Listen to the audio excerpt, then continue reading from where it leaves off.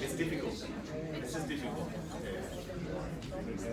You'll get it at the end. You'll walk out knowing.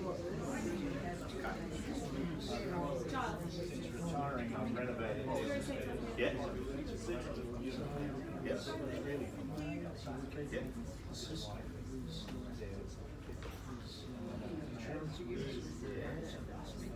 There's all those different kind of solutions. One of my clients has emailed something through. I've got it in a presentation.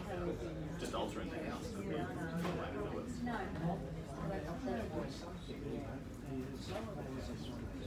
Yeah.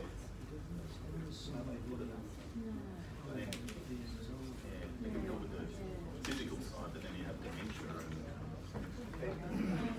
and then you got problems.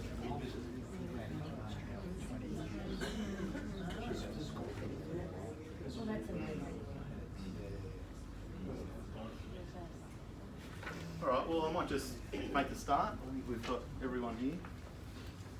My name's Scott Quinlan. I'm one of the advisors here at Solace Financial, and I specialise in aged care. I do the other types of advice, but we all kind of specialise in something different, and my side of it is the aged care side, retirement villages. I've been doing it for about 10 years.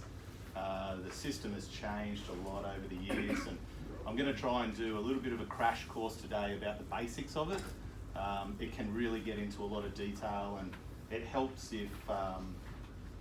if you come in and see me about this for your own personal circumstances, then I can just narrow the information down to your side of things instead of talking broadly about all of the different outcomes and systems and rules and regulations in aged care. But I'm going to try and cover a lot of it today, but just keep it simple. First slide, aged care system. I don't think this is helping my dementia. It's not my fault that this system is so complicated.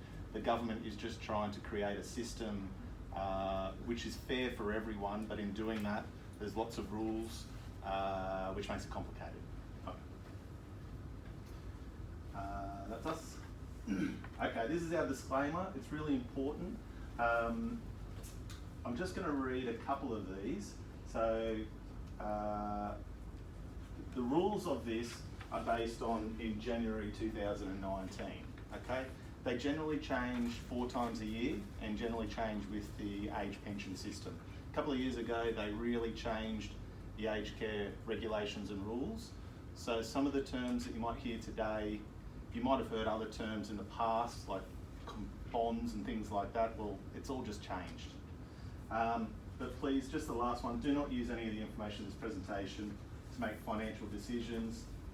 Please make an obligation-free appointment to discuss your circumstances and the information contained in this presentation.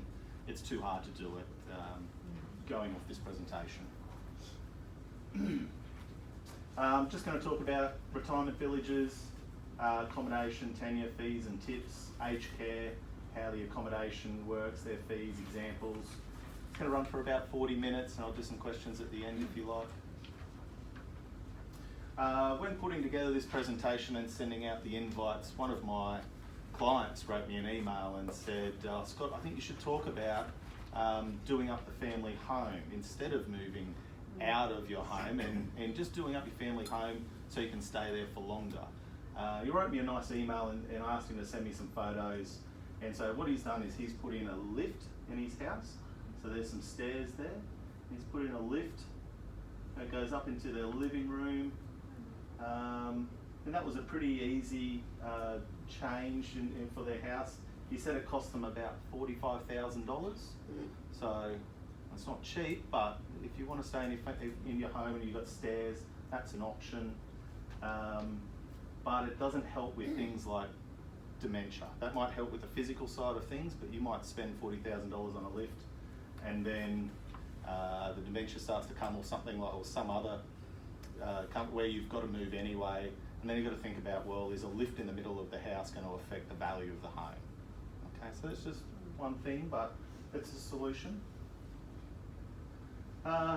This is the older style of retirement villages that you might have seen around, where it's a gated community.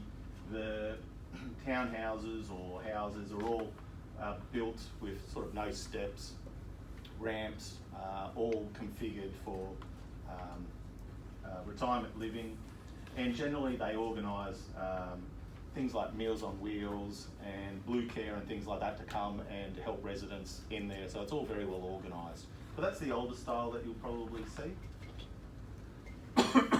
The newer style looks more like this.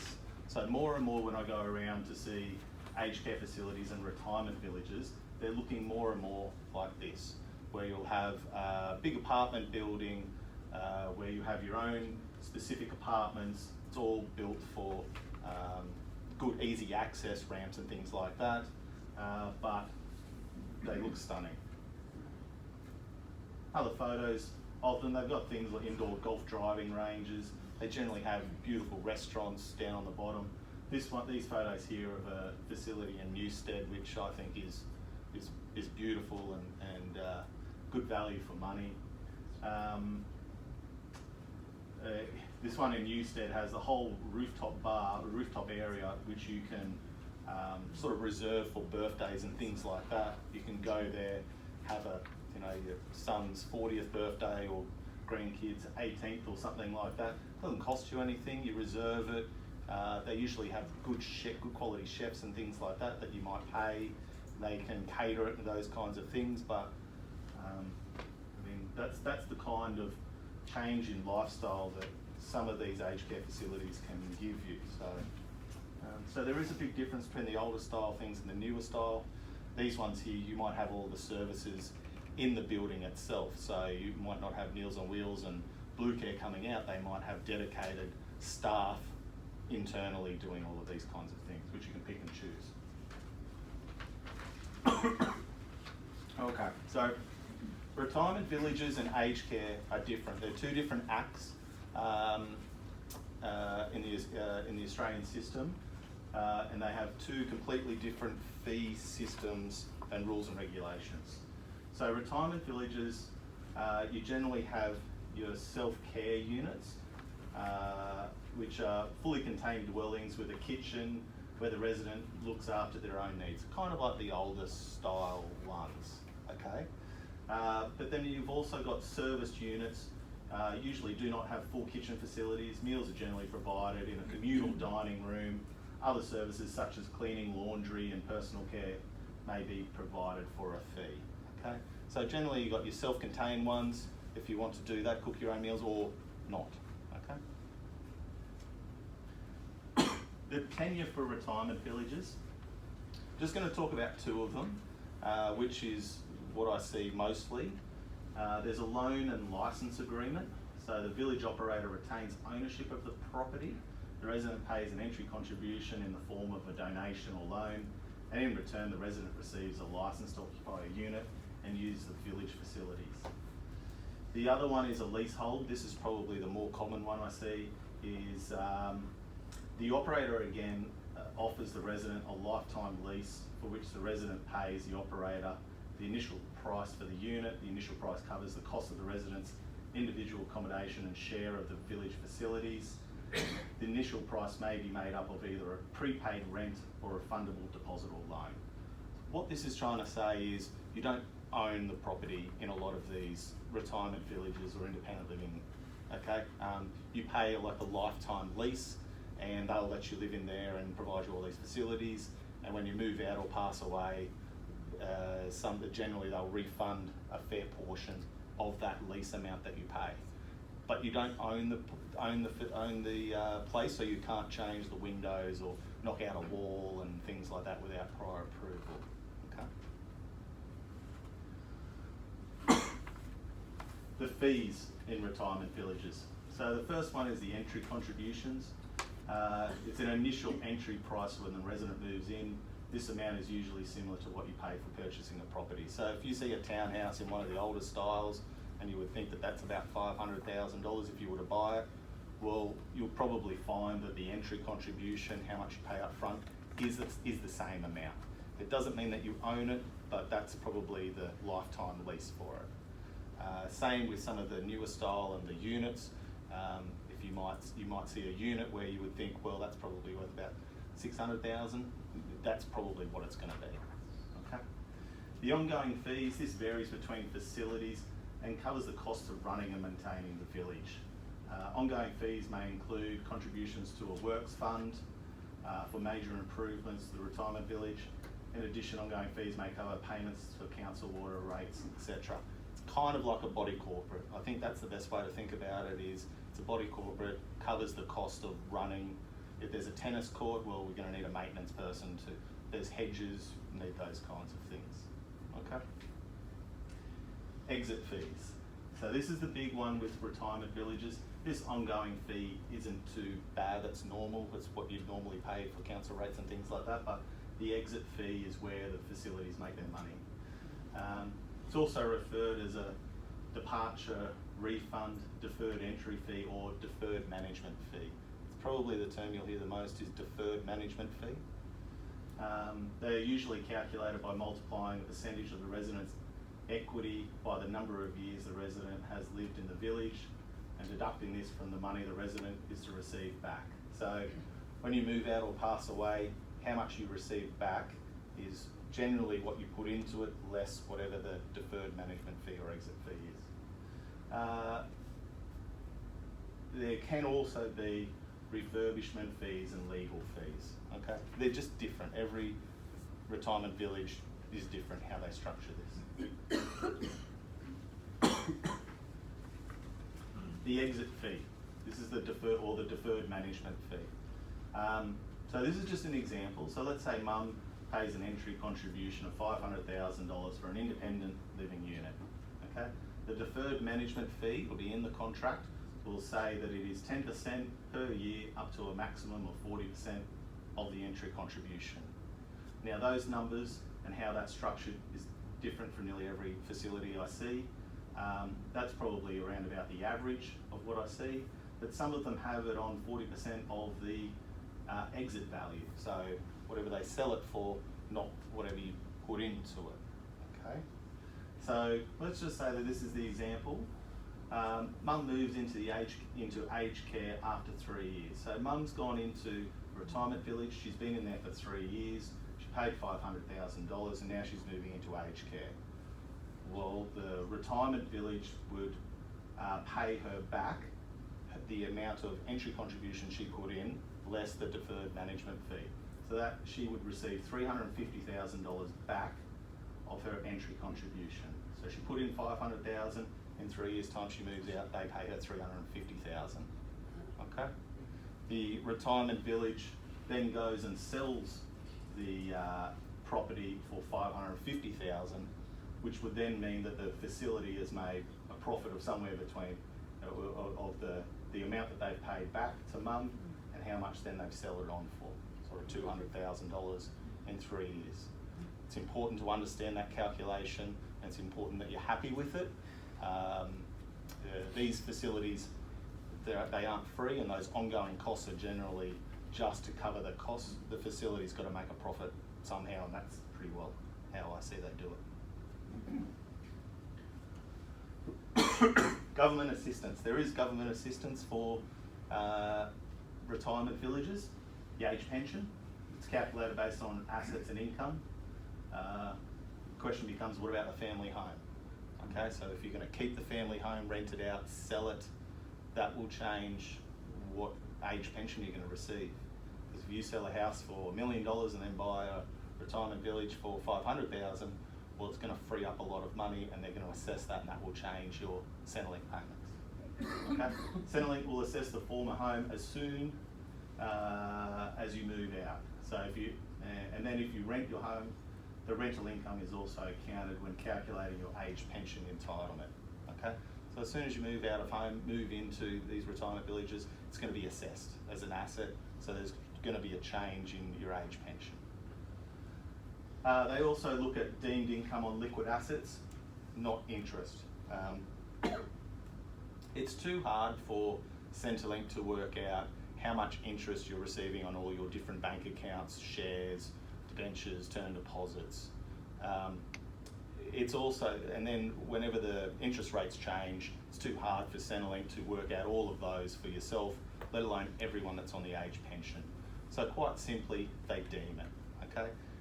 And they deem it to earn between 1.75% and 3.5%. Doesn't matter what you earn on your bank accounts on interest and shares, they're going to say it's between 1.75 and 3.5. Just depends on how much you've got and if you're a member of a couple or not. Okay? And that's shares, bank accounts, term deposits. Some super and pensions will also be deemed. It's not the amount you draw from your super or pension in some circumstances. Okay? It's clear as mud? Good? Good? Easy so far? Good? Yeah. There can also be a carer's payment or carer's allowance. You must still be at home and it's subject to the income and asset test of the carer and other additional requirements. A little bit complicated, but I'd say if you've got a family member living with you or you're living with a family member looking after them, then that's probably a calculation that we need to do for you. Okay. There's also care packages, excuse me. There's also care packages when you go into retirement villages. The ACAT Aged Care Assessment Team, ACAT, assesses and determines if you're eligible for a package. Now there was what I'm seeing is these care packages, 1, 2, 3, 4. If you're approved for one, you go into a waiting list for one to be funded, which is all based on government funding in their budget that they had last year about how much they're going to pay out, as a total for these care package payments. What we're finding is some of these really big ones here, your high level care needs, are taking a long time to be approved and funded. So up to 12 months in some circumstances. Hoping that the budget this year will have a lot more money for these care packages, so it shortens the queue and fixes all of that up. These care packages can be delivered or provided to your retirement village. So if you're in one of the newer retirement villages where you're in a unit, they might have all of the internal facilities, meals and helping putting out your washing and doing those kinds of things. You might be able to just contract them in the building and they will get some of this subsidy to help with those needs. Or if you're in some of the older style, you might get services in and you can pick and choose which you like. Okay. The care packages come at a cost. Okay, that might not make sense if they're going to give you $8,000 a year in helping to subsidise some of the costs of care. They're going to charge you for it. But they charge you a daily care fee, which is not much, plus an income tested fee, okay, which can be a fair bit. And the income tested fee just is dependent on how much assessable income you've got coming in, not your assets. So if you've got lots of deemed income, you're getting a big Centrelink pension or you're getting an overseas UK pension, all of that's going to count and they'll charge you a fee to get a package, okay? But the fee cannot be more than the care package, which makes sense, right?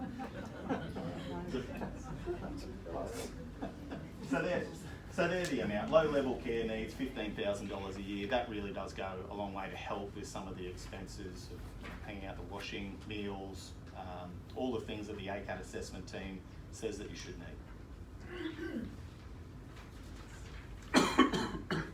I've been doing this for a long time and these are my tips when seeing this. I think that the decision on what you should do going into care and this kind of thing should be the best lifestyle decision. That should be number one. Don't worry about the finances and things like that. Work out what is the best lifestyle decision. The best lifestyle decision is to stay at home, put in a lift, then do that. If you would like all of the bells and whistles of one of these newer style retirement villages, where all the meals and services are provided, beautiful restaurants downstairs, don't need to mow the lawns, keep up with the gardening, all those kinds of things, then that's probably the right way to go. If you like the community side of things in one of the older style, then that might be the way to go. But I think the decision should be based on your lifestyle, not the finances. The entry contribution that I talked about, okay, on that example, $500,000, it's negotiable. Okay, so just like if you're buying a house, try and talk about how much that is, and it depends on what the demand is, and just like in normal buying a The ongoing management costs are generally low and designed to just cover costs, similar amount to a body corporate, but may include extra services like meals. Okay, they're not making money out of that part.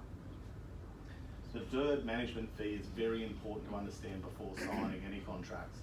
Most retirement villages have a different formula on how this is calculated, and most retirement villages that I see are very open about this because they don't want backlash when you move out and go, I didn't know it was 200,000 or whatever it is, okay? They generally have examples in their contracts on how it's calculated, so they're pretty open about that, but it's important to understand it. Make sure you can get out, okay? Most retirement villages will have a time frame for compulsory buyouts.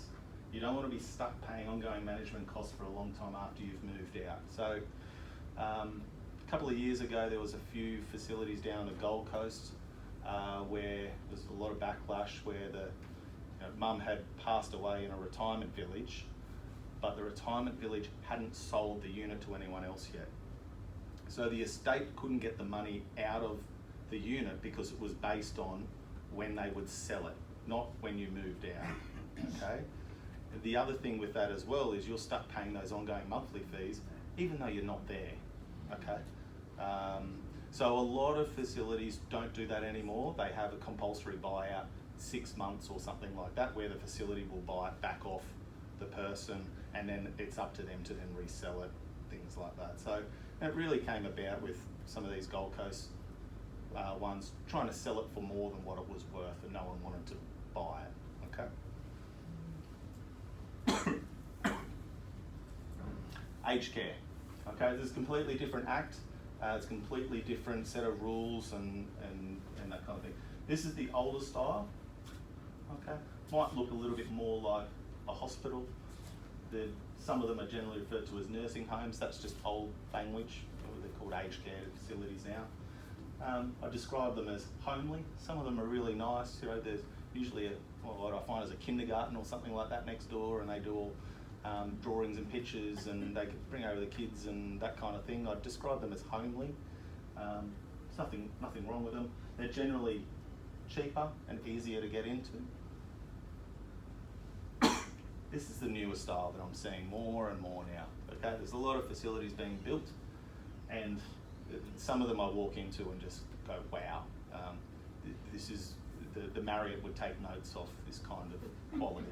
Okay. Communal lounge rooms that looking like this. You'll see here in this bedroom there's wheels on the bed in case there's a medical emergency. They're all set up. Generally, these wall panels come out. There's oxygen and all of those things that you might need. That's about the nicest one I've seen.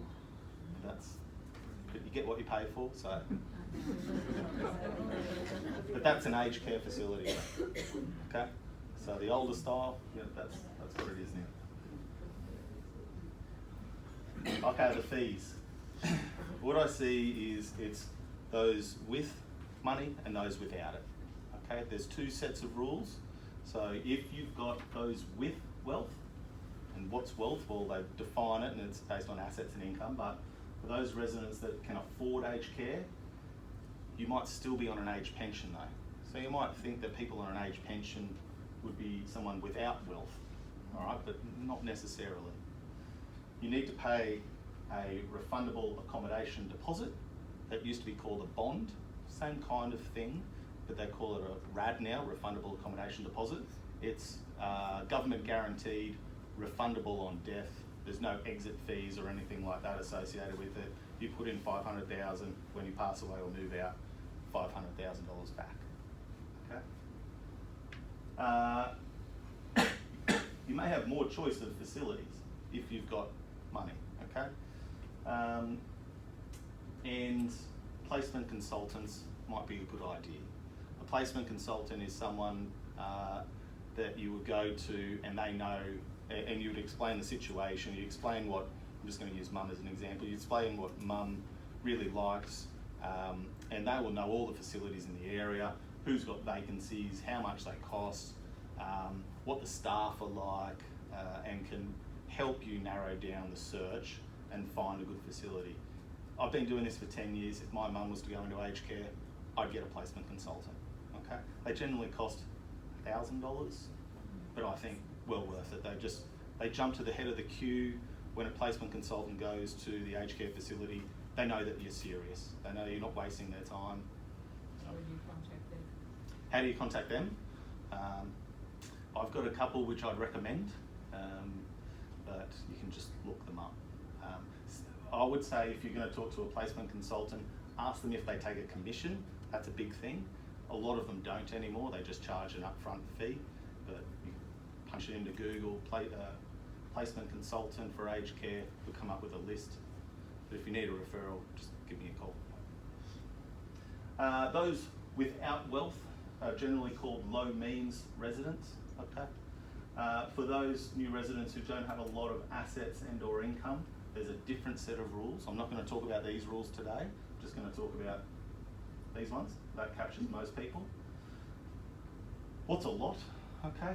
Well, if you have a fully assessed family home, they assess the family home at $166,707. That's a lot. Okay. So you've got to have kind of less than that. Or when they work it out, a daily assessable amount under $56.14. So I'm going to talk about the ones with assets. Okay. So the first fee you've got to pay is a refundable accommodation deposit, which is a lump sum bond paid to the aged care facility. It's fully refundable on a resident who's out or passes away, and it's government guaranteed. There's been 2 instances where I've seen aged care facilities go under, and the government has come in, refunded those accommodation bonds of $400,000 times 50 people. Okay, so it's a big deal, and they've done that pretty quickly. So government guaranteed. Usually, I see the amounts between $250,000 and $550,000. That's what I see in aged care. Generally, what I see. The average is about $400,000 in Brisbane. Over $550,000, the aged care facility will need to be approved by the aged care pricing commissioner. So it's harder for aged care facilities to charge more than $550,000, but the newer ones are going and getting that done. Okay.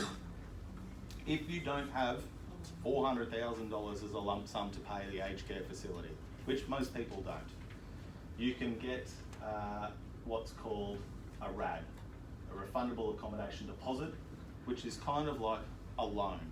Okay, so the government has said,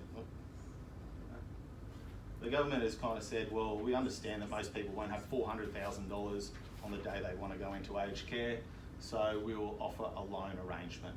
It's a fixed interest rate of 5.94% at the moment, and that's fixed for the lifetime that you're in there. Other people are on different interest rates because they moved in at different times when the rate was different, okay? And you just need to pay that back interest only on a daily amount. You don't need to put in loan applications or anything like that. It's really quite easy. You say, look, I've got $50,000 deposit. The aged care facility might say that's fine. $50,000 is a RAD, fundable accommodation deposit. $350,000 is a DAP, daily accommodation payment. Okay, that adds up to $400,000. Yep. Good. You can choose to pay a combination of RAD and DAP. This is important to calculate as it has an effect on your cash flow. We have more money going out than what's coming in every month. So the less you pay up front, the more your ongoing costs are going to be, 5.94% interest. How long will the money in your bank accounts last for? It's an important one. If you've only got $50,000 in your bank accounts and you pay the whole amount up front, and you've got next to nothing left in your bank accounts, and there's big ongoing fees, that's not going to work. Okay. You may be able to draw the DAP from the RAD.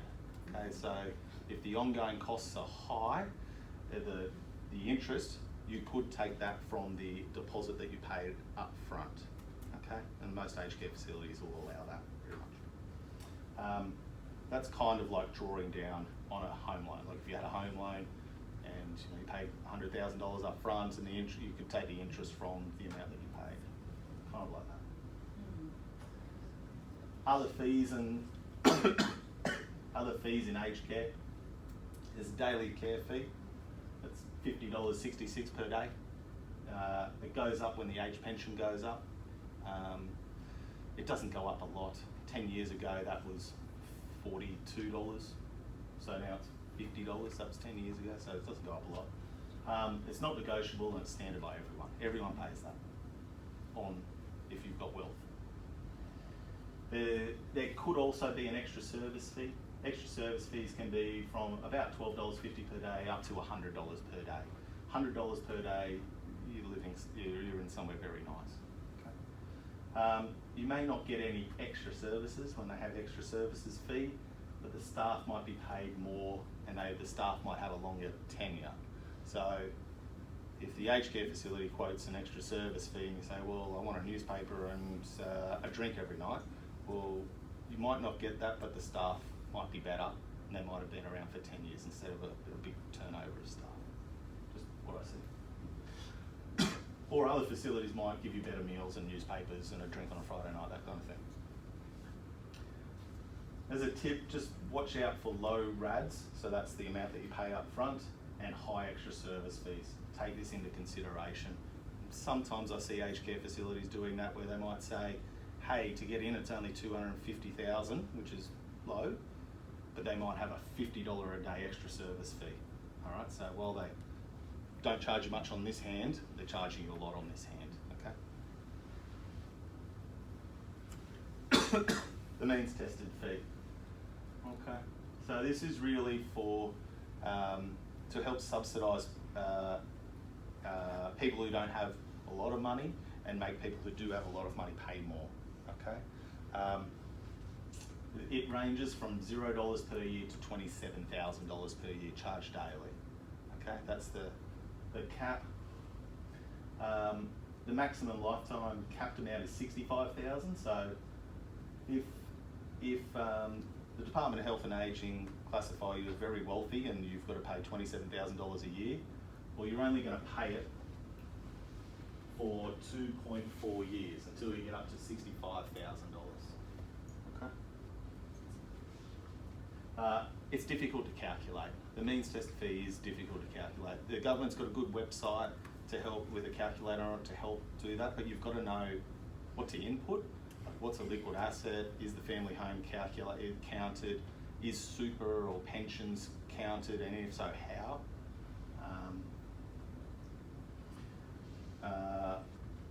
And the amount that you pay in a means tested fee will change when your assets or income changes. So if your bank accounts are going down, then that means test is always going to change, okay? Because if your assets go down, then the means tested fee is going to go down. If you don't have as much money, they're not going to charge as much. Does that make sense? Good. Good. Okay, so I've done a couple of examples. These are pretty standard examples that I see. In a couple of weeks, Betty will move into an aged care facility. The facility has quoted a RAD, refundable accommodation deposit, of $500,000 and an extra service fee of $20 per day. Betty's assets are, she's got the family home worth $800,000. She's got home contents of $10,000. That's your fire sale value. Even though an insurance amount might be a lot more, that's what they want to know, fire sale value. She's got term deposits of $80,000 and Commonwealth Bank shares of $200,000, which she bought in the float back in 1992. Right? Her income is she gets a current age pension of $842 $21,000 a year. She gets dividend and interest income of $9,600 a year. So her deemed amount is $8,332. That's the amount that Centrelink she earns on her bank accounts and shares. Okay, it's different to what she actually earns. So her total income is $31,000 a year. What are her living expenses? Probably something similar. The current means tested fee is worked out as, I've worked this out for you, but it's $9.47. So if she was to go into care with those assets and income, she'd pay $9.47 a day as a means tested fee. Betty sells the house to pay for care. Betty sells the family home for $800,000 net and pays a RAD of $500,000 and deposits the remaining $300,000 into a bank account. That'd be a pretty normal situation. You'd think, oh yeah, that's probably how you would do it. The daily care fee is $50 a day, that's the same. extra service fee of $20 a day, but the means tested fee has just increased to $49 a day, $18,000 a year. So from $3,000 a year to $18,000 a year, okay? And that's because she's freed up all of this other assessable asset, okay? Sold the family home, not assessed, bank accounts assessed and deemed. Betty's new cash flow. Her age pension has gone down from $800 a fortnight to $500 a fortnight, okay? Her new dividend and interest income, that's gone up because she's got an extra $300,000 sitting in the bank accounts from the sale of the home. Her expenses are daily care fee, extra service fee, and this new means tested fee. So she got a cash flow of negative $14,000 a year, okay? But the questions to ask is, well, that's just the aged care fees and income. She's probably got living expenses on top of that.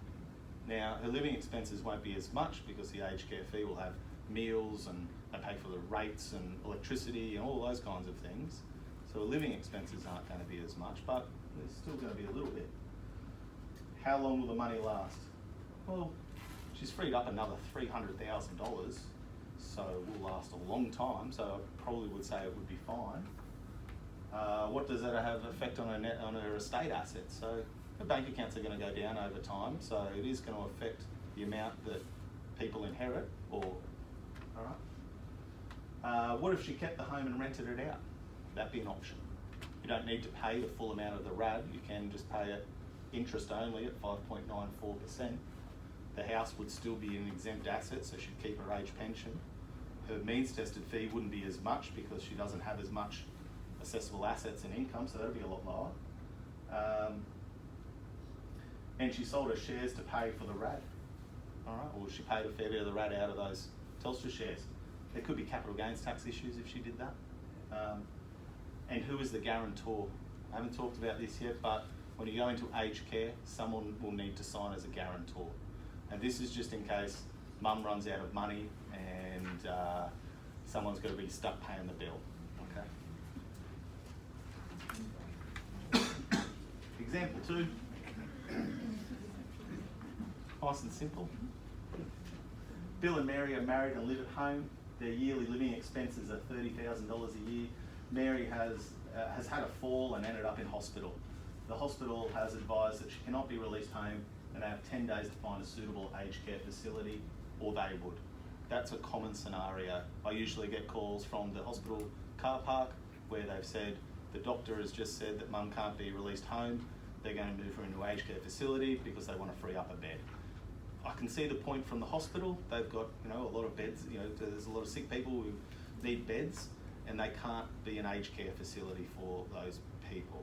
And they also have a duty of care. They can't release mum home because she might have a broken hip and things like that. So you've got 10 days to find one, or they will. And they will just find the closest one with the biggest vacancy list, and it will look similar to a hospital or one of the old nursing homes.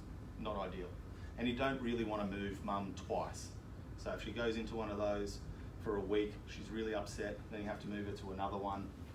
It's upsetting. Bill and Mary's assets, $1 million family home, home contents 10, okay. Some term deposits, some Telstra shares.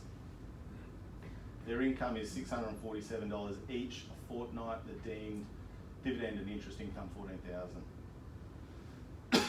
Bill and Mary sell 150,000 of their Telstra shares to pay a partial RAD. Okay, so they don't pay the whole amount, just partial. 150,000 is paid with $400,000 outstanding to be paid by daily accommodation payment. The family home is exempt for the means tested fee and age pension because the protected person is living there. Bill is still living in the family home, so it's not assessed. Okay, it's not assessed as anything. The daily accommodation payment, the DAP, the interest on the unpaid RAD, is 400,000 times 5.94% divided by 365, which is $65.10 per day, 23,000 a year. Okay. Daily care fee, that's the same for everyone. There's no extra services fee, and the means tested fee is only $1.05. These clients have got a lot more money than the other ones, but their means tested fee is a lot lower, and it's because the family home is exempt. Okay, that $1 million isn't counted for anything. Example of the cash flow. So the new age pension goes up to $916 each a fortnight, $47,000 a year. That's an increase of, so it was 33,000, it's gone up to 47,000 just by moving into aged care. Okay. The new dividend and interest income's a lot lower. They've got expenses of the DAP, the daily care fee, the means tested fee, and Bill's living expenses of 30,000. So they've got a cash flow deficit of minus 16,000. They've still got $100,000 in term deposits and still have 150,000 left in Telstra shares. So that's going to last a long time. Okay, their assets are going to go down, but it's going to last a long time. How to fix the cash flow deficit that they've got there? You could take the DAP from the RAD. So that's just the $65 a day coming out of the deposit that you paid. So when you move out or pass away, you don't get as much back. This would mean that the $150,000 you initially paid would decrease. You could pay an additional amount to the RAD, which would reduce the DAP. You could pay an initial, more of a deposit, which would reduce the interest cost. Okay, but that would affect how much money you've got in the bank account for how long it would last for. Okay, a family member might loan money to mum and dad to pay more of the RAD, to pay more of that upfront deposit, effectively earning 5.94% per annum government guaranteed. Okay, so if there's a family member with an extra 100,000 that's earning 1% in bank account interest, you might pay that, have a loan agreement between mum, charge interest of 5.94%, which puts her in the exact same situation, and there's no risk. If the facility goes bust, the government will pay it out. Okay, it's a loan, so it doesn't affect assets, net assets and income. Okay. What if Bill then needed to move into aged care? Family home's now accessible. There might be there's a daily accommodation payment for Bill to pay, or sell the family home and pay a RAD. There's going to be an impact on the age pension because something's got to sell to pay that. What if Mary passed away? Bill's now a single pensioner, but he's inherited all of the assets and income from Mary, so he's going to be counted as a single, but with all of these assets and income just in his own. So his pension might really be reduced, which might then affect that budget deficit, which could be a lot bigger. And his means tested fee might go up a lot as well because he's got a lot more assets. Okay.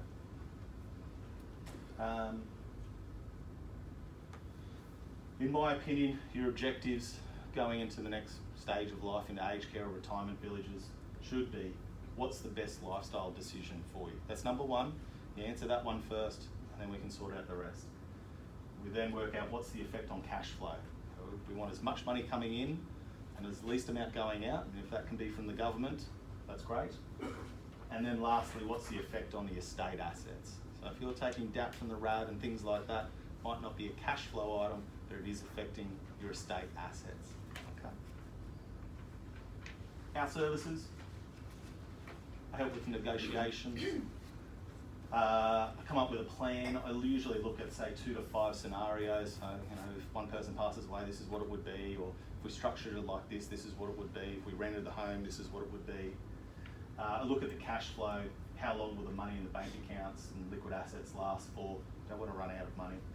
And then I project each scenario out for 10 years and look at then what's the effect on the estate assets as well. So make sure you don't run out of money. Cash flow is good. Get as much from the age pension. Pay as least means tested fee. Maximise estate assets. I check the facilities invoices to make sure they're correct. Fix them if they're not. Sometimes they're not right. And same with Centrelink. Sometimes Centrelink stuff it up. It's pretty normal. So I check that, do up a cover letter, get you to sign it, send it off to Centrelink. That usually fixes them up. Questions? Nice and easy.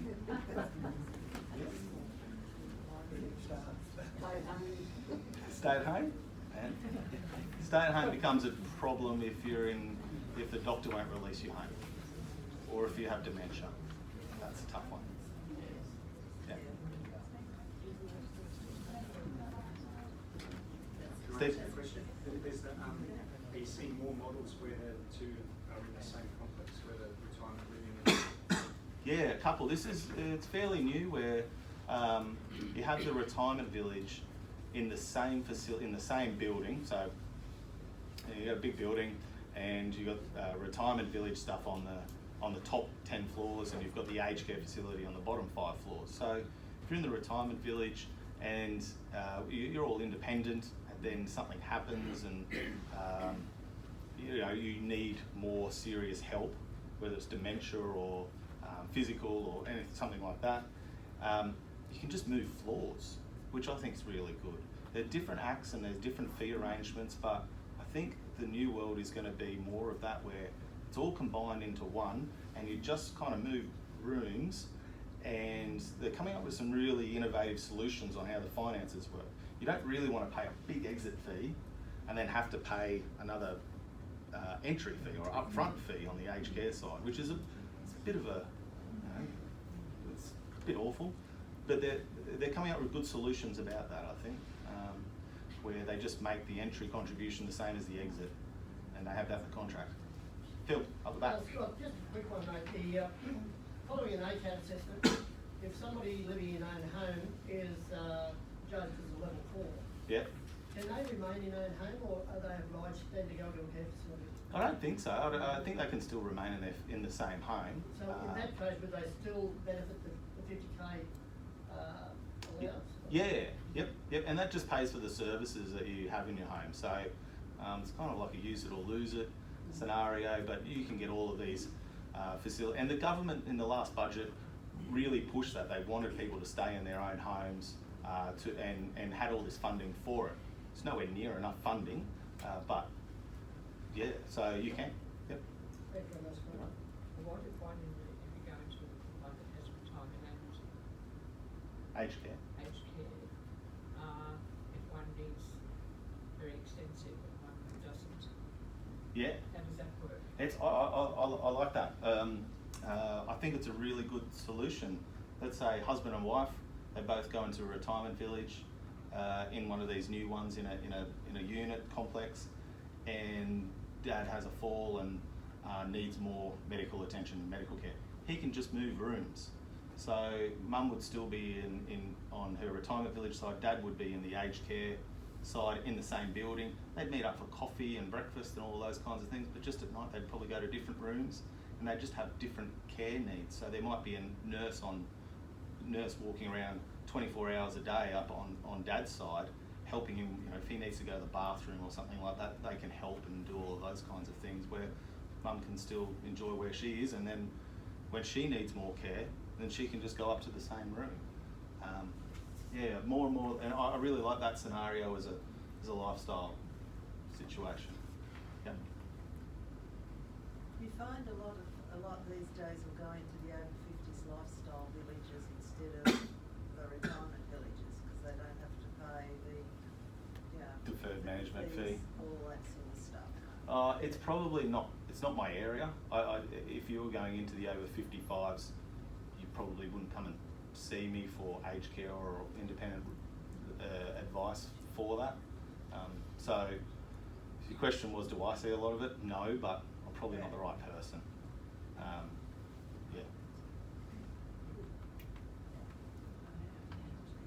I can ask on what the Royal Commission in aged care has just started. So what do you should have in mind as they're seeing all of this? Maintenance. I don't know. I don't know what they're coming out with. I think the financial side is okay. It's a really hard area to get it right, to cater for everyone on the financial side. Really difficult, but I think they're going to go hard at the quality and staffing levels and all those kinds of things. Would you agree, Sandra? Yeah. Sorry, my client Sandra was in the industry for many years. But I don't know. You've got to think of a couple of these perhaps the same kind of what you have to be policy like. Anything else clear as mud for everyone? Nice and easy? Yep. It's not about selling a house and going and staying in the field and stuff. That sounds all right. That sounds good. What does the place on the beach have stairs? Yeah. Have a lift, good. Yeah. Ramp. A ramp, yeah. You'd want to keep all your marbles. You wouldn't. Yeah. And the problem becomes if you go to hospital and they say no, you can't go back to your beach home. You've got to go into aged care. You just won't have a choice, and you'll have to do something like this. It's not always a decision you can make, but if you are in that situation and you want to get children, want you to move in with them, how would that be? just couldn't. You wouldn't be able to. No. No. Yeah, I know. Yeah, and sometimes it's also I see a lot of families and I only ever see the children of people going in generally, and they feel very guilty about not looking after mum or dad, but you really shouldn't, because you don't have the expertise, you don't have the qualifications, you generally at work, or you're working, bringing up a family yourself. Sometimes it's irresponsible to try. I mean, if you're not a registered nurse who does this 24 hours a day and knows how to deal with care and all these kinds of things, it can be a real problem. And then they end up moving in with you, it doesn't work, and then you've got to move them out somewhere else, and that's even worse. It's 2 moves, it's very upsetting. Yeah. Yeah, I put my father into a nursing home. Oh. Sorry. Sorry. In the retirement villages, Yep. with the aged care component, say downstairs and maybe another dimension. Yep. Some of them are, I believe. But if are people who do not live in those complexes using beds in that aged care area, and what happens if that's full? If you're living in that retirement building, Yeah. It's you're not guaranteed of a No, you're not guaranteed. It's subject of availability.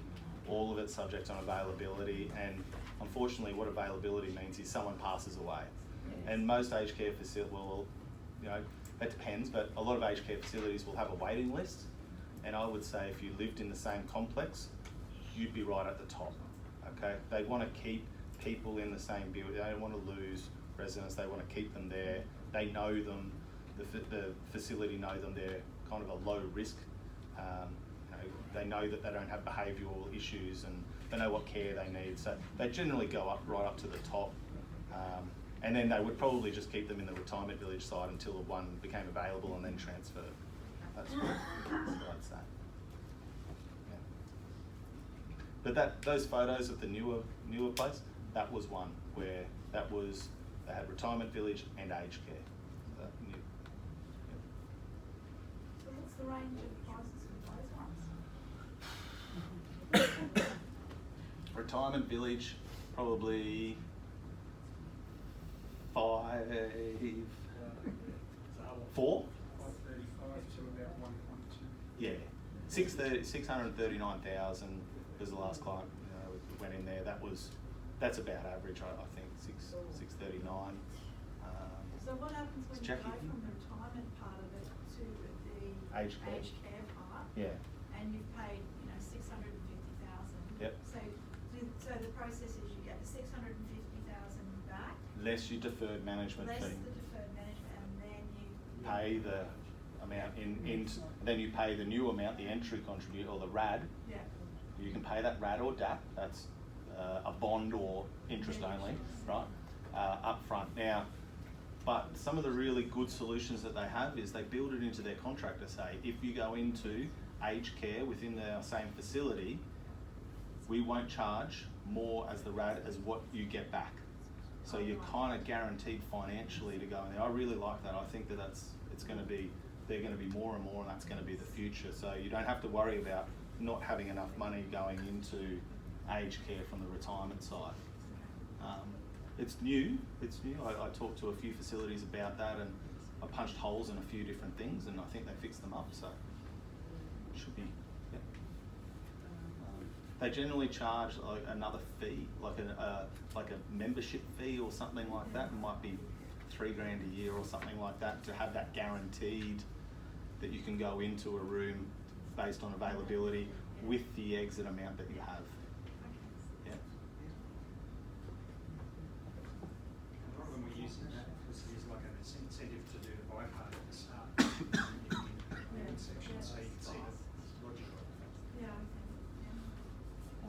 run over time a little bit, so sorry about that, anyone that was trying to get out by 1 o'clock. But I'll be around to you this afternoon, so if you've got any more questions about your own situation, come up and ask me. Thanks, guys. Thanks.